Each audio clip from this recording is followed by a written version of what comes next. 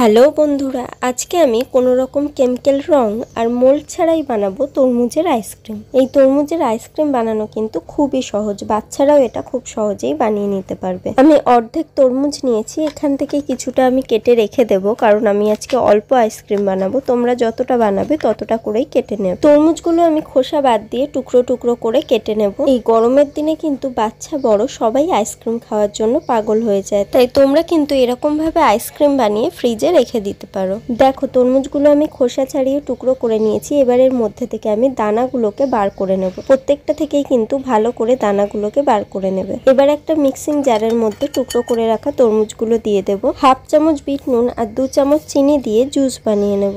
এই তরমুজটা মিষ্টি ছিল বলে আমি 2 চামচ চিনি দিয়েছি। তরমুজ যদি কম মিষ্টি থাকে তাহলে একটু বেশি চিনি দিও। আমি এখানে কাগজের কাপ নিয়েছি, এর মধ্যে জুসটাকে ঢেলে নিচ্ছি। তোমাদের বাড়িতে যদি স্টিলের গ্লাস বা যে কোনো পাত্র থাকে তাতে ঢেলে নিতে পারো। যে কোনো পাত্রেই কিন্তু আইসক্রিমগুলো জমে যাবে। এবার এই কাপের মুখগুলো আমি ফয়েল পেপার দিয়ে আটকে দেব। তোমাদের কাছে যদি ফয়েল পেপার না থাকে তোমরা কিন্তু প্লাস্টিক দিয়েও আটকে নিতে পারো, মুখটা গার্ডার দিয়ে। সবগুলো ফয়েল পেপার দিয়ে আটকে নিয়ে এবার আমি একটা ছুরির সাহায্যে একটু একটু করে ফুটো করে দেবো। এবার সবগুলো কাপের মধ্যে আমি আইসক্রিম কাঠি দিয়ে দেবো। অনেক বাড়িতে কিন্তু বাচ্চারা ফল খেতে চায় না, তাই তারাও কিন্তু বাড়িতে এইরকম ভাবে আইসক্রিম বানিয়ে নিতে পারেন। এবার আমি এই আইসক্রিমগুলো ফ্রিজে 7-8 ঘন্টা রেখে দেবো যাতে জমে যায়। 8 ঘন্টা পর আইসক্রিমগুলো আমি বের করে এনেছি, জমে গেছে এগুলো।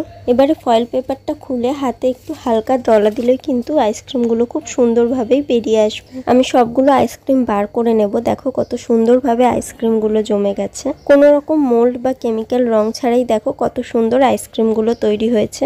এত গরম পড়েছে, দেখো আইসক্রিমগুলো কত তাড়াতাড়ি গলে যাচ্ছে। ভিডিওটা ভালো লাগলে লাইক সাবস্ক্রাইব করে পাশে থেকো। দেখা হবে অন্য কোনো ভিডিও নিয়ে।